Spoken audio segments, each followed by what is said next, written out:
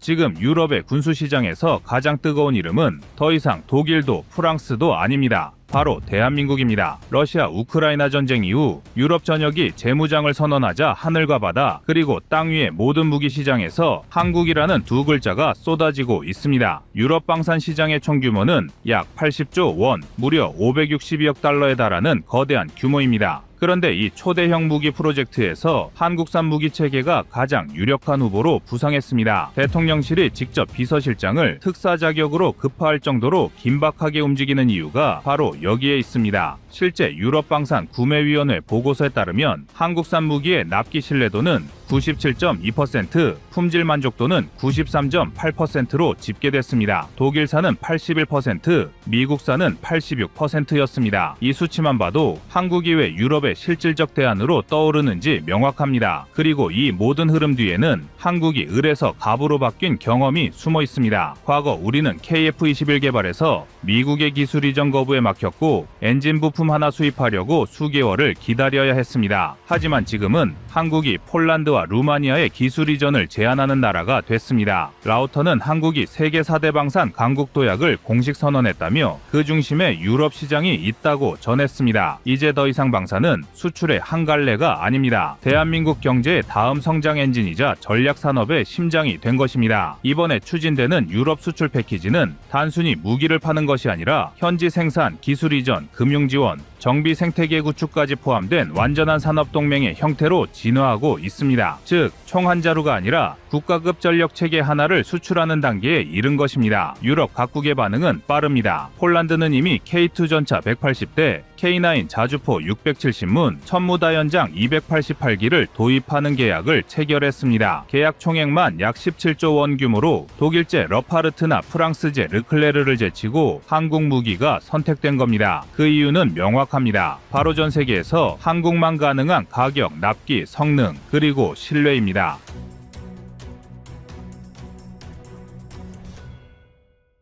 폴란드 국방부 관계자는 한국은 우리가 서류상으로만 보던 일정을 실제로 지킨 유일한 나라였다고 평가했습니다. 그리고 지금 유럽 전역이 한국을 폴란드 모델로 바라보고 있습니다. 루마니아는 이미 K9 자주포 도입 계약에 1조 4천억 원을 마쳤고 300대 이상의 흑표 전차 추가 도입을 검토 중입니다. 스페인은 이스라엘산 다연장 로켓 계약을 취소하고 한국의 천무를 대안으로 검토하고 있으며 프랑스와 노르웨이, 핀란드까지 한국 방산업체와의 협상을 진행 중입니다. 이는 단순한 바이어의 관심이 아니라 유럽이 미국과 독일의 독점 체계에서 벗어나고자 하는 전략적 선택이라는 점에서 의미가 큽니다. 블룸버그는 최근 분석에서 한국의 방산 산업은 2022년 이후 수출액이 140억 달러를 돌파했으며 유럽에서 가장 빠른 성장세를 보이고 있다고 전했습니다. 실제로 한화, 현대로템, LIG, 넥스원, 카이 등 국내 4대 방산기업은 국산화율 95% 이상의 기술 독립구조를 기반으로 유럽 시장을 빠르게 장악하고 있습니다. 이제는 유럽이 한국 무기를 수입하는 시대가 온 것입니다. 한때 한국이 무기를 만든다고 라며 비웃던 서방 언론이 이제는 한국산 무기 체계를 세계에서 가장 현실적인 대안이라 부르고 있습니다. 특히 K2 전차의 디지털 사격 통제 시스템, K9A2 자주포의 자동 장전 장치, 천무다연장의 80km급 정밀 유도탄, 그리고 장보고 3 배치2 잠수함의 리튬이온 배터리 기술은 유럽 주요국의 기존 체계를 기술적으로 압도하고 있습니다. 이제 유럽이 미국이 아닌 한국을 선택하는 이유는 분명합니다. 미국은 여전히 정치적 조건과 기술 이전 제한을 걸고 독일은 납기가 느리며 프랑스는 유지비가 높습니다. 반면 한국은 가격은 절반, 납기는 3분의 1, 기술 이전은 100% 개방입니다. 게다가 하나오션이 제시한 장보고 3 배치2급 오르카 잠수함 제한선은 독일 타입 21이 CD보다 장기작전 능력에서 27%, 수중 지속 시간에서 40% 더 높다는 평가를 받았습니다. 이 잠수함만 해도 8조 원 규모의 사업으로 올해 안에 사업자 선정이 예정돼 있습니다. 한국이 이렇게 빠르게 유럽 시장의 중심으로 올라선 데는 그만한 이유가 있습니다. 불과 몇 년 전까지만 해도 한국은 갑질을 당하던 쪽이었습니다. KF-21 개발 당시 미국은 한국이 KF-21을 개발하다 자신들에게 손을 빌릴 것이라 예상했고 유럽은 한국의 독자 개발을 의심했습니다. 그러나 현재의 결과는 그들의 생각과는 정반대로 돌아가고 있습니다. 국방과학연구소와 카이, 한화시스템이 손잡고 10년 만에 독자 에이사 레이더를 개발하며 이 벽을 스스로 부쉈습니다. 그때 좌절과 분노 그리고 이를 기술로 뒤집은 경험이 지금의 방산 수출 성공을 이끌어낸 원동력입니다. 유럽 각국의 군사구매 담당자들은 이제 한국을 갑을 관계의 공급자가 아닌 전략적 파트너로 대하고 있습니다. 폴란드의 K2PL 현지 생산 라인과 루마니아의 K9 조립 공장 설립 논의는 바로 그 상징입니다. 과거엔 기술 이전을 구걸했지만 지금은 우리가 기술을 이전해주는 입장으로 역전된 것입니다. 2024년 기준 방산 수출액은 195억 달러, 올해 목표치는 250억 달러입니다. 이 추세라면 2030년엔 연간 400억 달러, 누적 300조 원 규모의 수출 산업으로 성장할 전망입니다. 이는 조선 반도체, 자동차에 이은 대한민국의 네 번째 성장 엔진이 될 수 있습니다. 이번 유럽 80조 원 프로젝트의 성공은 한국이 세계 무기 시장의 중심으로 진입하느냐 아니면 여전히 부품 공급국에 머무르느냐를 결정짓는 분수령입니다. 유럽은 지금 현실적인 전쟁 준비를 하고 있습니다. 그동안 서류 속에서만 존재하던 유럽 방위 공동체는 러시아의 총선과 함께 깨어났고 각국은 자국의 무기고를 열어보며 절망했습니다. 낡은 M109, 부품이 끊긴 레오파르트, 정비 대기 중인 프랑스 자주포들, 나토 회원국 중 절반 이상이 즉시 투입 가능한 포병 전력이 40% 미만이라는 보고가 나왔습니다. 디펜스 뉴스는 유럽의 최대 약점은 돈이 아니라 속도라고 지적하고 있습니다. 미국은 우크라이나 지원으로 생산 라인이 막혀 있고 독일은 환경 규제로 공장 가동률이 떨어졌습니다. 그 틈을 정확히 파고든 나라가 바로 한국입니다. K2 흑표, K9 천무, 장보고 3 그리고 FA50 이 5체계는 이미 유럽 방산시장 판도를 바꾸는 5대 수출 패키지로 불립니다. 이전까지만 해도 K9 자주포 말고는 이렇다 할 방산 품목이 없었습니다. 가끔씩 FA50이 수출되면 대서특필됐고 천무가 수출되면 이 또한 마찬가지였습니다. 하지만 이제는 K9이었던 품목이 어느새 5대 전략무기로 늘어나고 있으며 그 확장세는 지금도 진행 중입니다. 하나오션은 폴란드의 오르카 잠수함 사업에 장보고 3 배치2 기반 제안을 제출했는데 리튬이온 배터리 탑재로 자망 지속시간이 기존 독일 2일이 CD보다 40% 길고 수중작전 지속시간이 30일 이상입니다. 이 기술은 독일, 일본을 제외하면 구현한 나라가 없습니다. 폴란드 해군 관계자는 자망 지속력에서 한국이 독일을 앞섰다고 언급했으며 이는 유럽 잠수함 시장 판도가 뒤집힐 수 있음을 의미합니다. 또한 루마니아는 이미 2025년 9월 자주포 사업에서 한국산 K9을 우선 협상 대상으로 확정했습니다. 루마니아 국방부가 공개한 평가표를 보면 K9이 이탈리아의 M109L, 프랑스 카이사르보다 점수를 높게 받은 항목이 탄약 자동화율과 정비 소요 시간이었습니다. K9의 정비 주기는 800km, 카이사르는 400km에 불과합니다. 유지비까지 감안하면 루마니아군이 K9 한 대를 20년 운용할 때 드는 총 비용은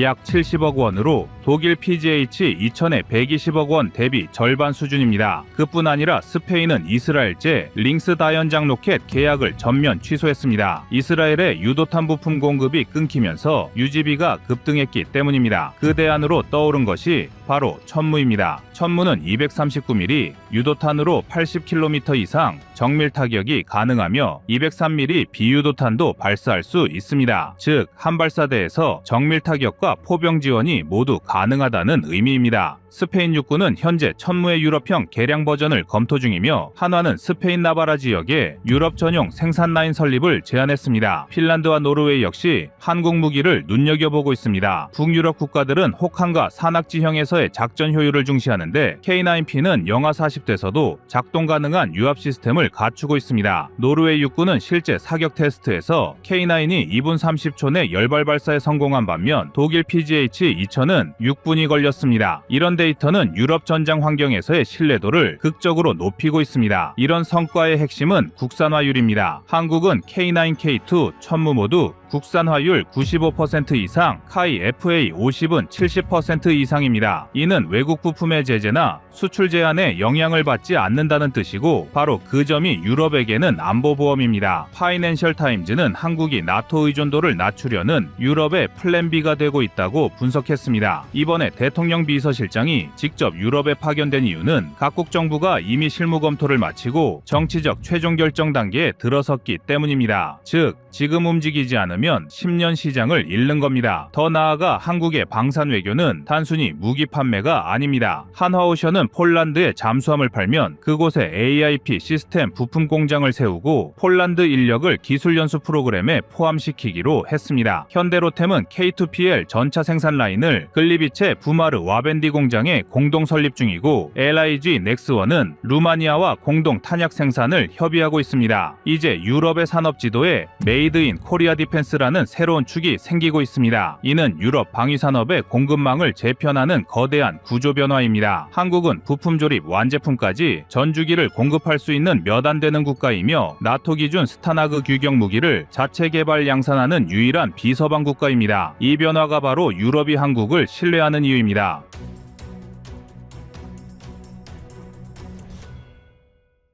다음은 25년 7월 11일 스웨덴, 스페인 한국 자주포 도입 검토 영상입니다. 스페인은 1970년대에 도입한 M109A2 자주포를 아직까지 운용하고 있습니다. 이는 유럽 국가 기준으로 봐도 매우 낙후된 수준입니다. 하지만 이번에는 다릅니다. 해병대용 34문, 궤도형 자주포 128문, 차륜형 자주포 80문 이상을 계획하고 있습니다. 그런데 이 모든 걸 한 번에 패키지로 구매하겠다는 계획이 나왔습니다. 규모로 보나 전략으로 보나 이전에 없던 유례없는 물량입니다. 반면 스웨덴은 이미 자국 기술로 아처라는 자동화 자주포를 개발해왔죠. 전 세계가 주목한 자동화, 고속장전, 2명 운용이 가능한 하이엔드 무기였습니다. 그런데 그 스웨덴이 이제 와서 우리에겐 궤도형 자주포가 필요하다고 말하기 시작했습니다. 이건 무슨 의미일까요? 답은 단순합니다. 유럽의 겨울입니다. 눈 덮인 들판에서 바퀴 달린 장비가 기동할 수 없다는 건 이미 우크라이나에서 충분히 증명됐습니다. 아무리 장비가 좋아도 눈 속에서 멈추면 철덩어리에 불과하다는 걸 스웨덴군이 뼈저리게 체감한 겁니다. 그래서 스웨덴은 현재 자국 무기를 넘어서서 외산 궤도형 자주포를 들여오려 하고 있습니다. 그리고 그 중심엔 대한민국의 K9 자주포가 다시 한번 떠오르고 있습니다. 재미있는 건 스페인과 스웨덴 모두 독일산 PGH-2000 자주포는 이미 저해 대상으로 보고 있다는 점입니다. 성능은 뛰어나지만 생산이 너무 느립니다. 포신 하나 만드는 데만 3년이 걸립니다. 실전에서 그걸 기다릴 순 없죠. 이와는 대조적으로 대한민국은 8개월 만에 포신을 양산해냅니다. 이미 폴란드와 루마니아, 노르웨이, 핀란드 등에서 실전 배치까지 끝냈고요. 이게 바로 스페인과 스웨덴이 K9을 주목할 수밖에 없는 이유입니다. 또한 K9A2에 탑재된 자동화 무인 포탑이 탑재되는데요. 사실 처음에는 영국과의 협업을 염두에 두고 개발된 시스템이었습니다. 그런데 지금은 오히려 유럽 전역의 수요를 포섭하는 핵심 무기로 떠오르고 있죠. A2형은 단 2명의 승무원만으로도 360도 회전 타격이 가능하고 목표 인식 속도가 기존 모델 대비 30% 이상 빨라졌습니다. 이건 실제 훈련에서도 입증됐습니다. 게다가 스페인은 현재 이 무인 포탑 시스템을 자국의 전술 차량에 통합할 계획도 세우고 있습니다. 단순한 무기 구매가 아니라 방산 협력과 기술 이전까지 고려한 전략적 제휴라는 점에서 대한민국의 이점은 절대적입니다. 이제 상황은 이렇게 정리됩니다. 유럽은 다시 포병의 시대로 회귀하고 있고 미국과 독일이 빠르게 공급할 수 없는 상황에서 대한민국이 공급 능력과 기술 우위 두 가지를 모두 갖춘 유일한 국가로 떠오르고 있습니다. 이게 바로 K9 자주포가 유럽을 휩쓸고 있는 이유입니다. 이제 본격적으로 들어가 보겠습니다. 스페인은 현재 자주포 전력 현대화를 세 가지 방향으로 나눠 추진하고 있습니다. 차륜형, 궤도형, 그리고 다연장 로켓 시스템. 이게 단순한 전력 보강이 아닙니다. 스페인은 나토 회원국 중에서도 해병대의 해외 파병 능력을 강조하고 있는 국가입니다. 즉, 자국을 방어하는 차원을 넘어서서 공격형 방어 전력을 목표로 하고 있다는 뜻이죠. 먼저 궤도형 자주포 도입 사업은 총 128문이라는 엄청난 물량을 보여줍니다. 이건 그냥 교체 수준이 아닙니다. 현재 보유하고 있는 M109A2 90여 문보다도 훨씬 많은 수치입니다. 탄약 보급 차량, 지휘 차량, 정비 차량까지 모두 포함한 패키지 도입으로 예정되어 있으며